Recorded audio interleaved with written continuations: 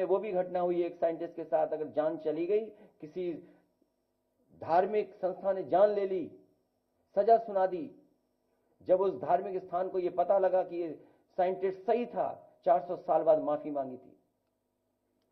क्या ये सरकार माफी मांगेगी इस बात को लेकर के? क्योंकि हर कुंभ 144 साल बाद होता है। जो नक्षत्र, जो प्लैनेट्स की जो पोजिशनिंग है वो हमेशा सेम होती है, और ना जाने कब से हो रहा है कुंभ, क्योंकि इनके पास मशीनरी, अगर आप कोई बात कहोगे तो इनके पास मशीनरी है, वो इस्तेमाल करते हैं मशीनरी का। हम लोग तो केवल सावधान कर रहे हैं, ये लोग रहेंगे तो देश बर्बाद हो जाएगा। केवल यूपी का बजट नहीं, दिल्ली का भी बजट ऐसे ही निकल गया, मायूसी देकर के चला गया।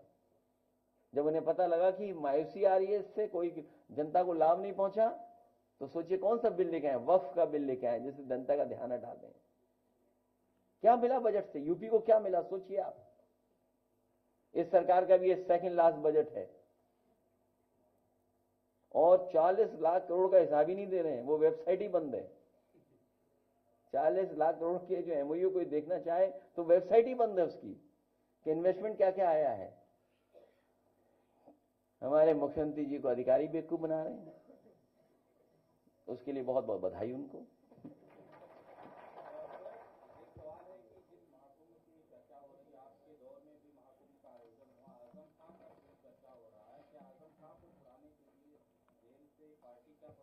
देखिए, आदरणीय आजम खान साहब के साथ और जो कुंभ की बात आपने की है, उस समय जावेद उस्मानी चीफ सेक्रेटरी थे, अहमद हसन साहब हमारे मंत्री थे स्वास्थ्य विभाग के, आदरणीय आजम खान साहब नगर विकास मंत्री थे, और सरकार समाजवादियों की थी। मैं तीनों और उस समय के जितने भी अधिकारी काम कर रहे उन सबको धन्यवाद देता हूं मैं। और जब अधिकारियों को पोस्ट करने की बात आई तो अधिकारियों को मैंने खुद बुलाया था, और मैंने कहा कि आप संकोच मत करना साधु संतों का सम्मान करने में। साधु संत जो बात कहें उनका स्वीकार करना, और किसी भी तरह अगर आशीर्वाद भी लेना पड़े तो आप लोग आशीर्वाद लेना, उनको सम्मान देना। और उसका परिणाम ये हुआ कि पूरे कुंभ में कहीं किसी साधु संत की कोई शिकायत नहीं रही।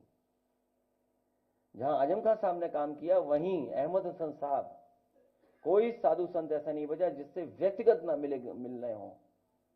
और मैंने उनसे कहा था कि आप जो साधु संत उसमें कहें उनकी बात तुम खुद स्वीकार कर लेना। और मेला अधिकारी को मैंने कहा कि जो ये कहेंगे वो आपको काम करना पड़ेगा। उसका परिणाम है कि कुंभ में कहीं शिकायत नहीं हुई। और जावेद उस्मानी का जो एक्सपीरियंस था मैनेजमेंट का, जो टाइम लाइन और टाइम उन्होंने बाउंड की चीजों को, उसका परिणाम हुआ कि सब चीजें समय से हो गई। इनके तो पुल नहीं बने समय से, कभी पुल ये बंद, कभी पुल वो बंद, कभी सब पुल बंद। ये तो मैनेजमेंट था इनका। सोचिए आप तो गए होंगे, नहीं गए मैं कुंभ में? हाँ, आप तो नहीं जा पाए होंगे, उसका कारण दूसरा है। लेकिन सम्राट हर्षवर्धन के समय पर किसी पे पाबंदी नहीं थी। सम्राट हर्षवर्धन के समय पे जो कुंभ होता था उसमें सबको बुलाया जाता था, सब जाते थे, धर्म के लोग जाते थे, दूसरे धर्मों के लोग जाते थे, इसीलिए वो कुंभ था। और दान करके जाते थे, वो आखिरी में सब कुछ दान करके चले जाते थे, अपने कपड़े भी दान कर जाते थे, और साधारण कपड़ा पहन करके वो जाते थे कन्नौज वापस। बताओ इन्होंने क्या ध्यान दिया? इतनी बार डुबकी मारी। कोई दान किया हो तो बता दो, किसी सुनने में आया तो बता दो। मैं भारत सरकार से कई बार कह चुका हूं, स्नान और दान दो महत्वपूर्ण है। पुण्य और वो अलग चीजें हैं, वो भी हैं उससे जुड़ी हुई, बहुत सी और परंपराएं जुड़ी हैं कुंभ से। लेकिन मैं भारत सरकार से कहूंगा कि जो अकबर का किला है वो उत्तर प्रदेश सरकार को दान दे दें, क्योंकि बड़े पैमाने पे जगह है वहां पर। बट वृक्ष वहीं पर है जो नेताजी ने कभी खुलवाया था। जहां सरस्वती को देखना है वो कुआं भी वहीं पर है। तो अगर कभी इमरजेंसी में इस तरह की व्यवस्था की जरूरत पड़ेगी, क्योंकि आप रिवर बेड पर कोई भी कंस्ट्रक्शन नहीं कर सकते हैं। जो ब्यूटी है कुंभ की वो यही है कि कन्वर्जेंस ऑफ रिवर, जो कन्वर्जेंस ऑफ रिवर है वो ब्यूटी है उस कुंभ की, कभी धाराएं 3 धारा में मिलता है, 2 धारा में, अलग धारा से, क्योंकि जो कन्वर्जेंस है वो हमेशा अलग हुआ है कुंभ में। अब सरकार को कन्वर्जेंस का ही नहीं पता होगा, पता होगा कैसा? अब आप सोच लीजिए, फिर उनसे कुंभ करवा रहे हो आप। इसलिए सरकार को दान देना चाहिए अकबर का किला, और इस समय भी अगर फौज का सहयोग लिया जाता तो व्यवस्था इतनी गड़बड़ नहीं होती। पूरी फौज वहां पर है, पूरा एरिया वहां पर अकबर किले का। अगर इमरजेंसी में गरीबों को वहां बैठा देते, रुका देते रात भर, तो बहुत सारी मस्जिदों में बहुत सारे मुसलमान भाइयों को मैं धन्यवाद देता हूं कि उन्होंने अपने घर में रुकाया, खाना खिलाया और उनका पूरा इंतजाम किया। आप प्रयागराज में पता कर लीजिए। एक चीज कुंभ में हमने भी सीखी इस बार, वो आपको भी सीखना चाहिए, कपड़े पहन करके स्नान करना। मैं आपका बहुत बहुत धन्यवाद देता हूं। अब नहीं, अब खत्म होगी बात। अच्छा ठीक।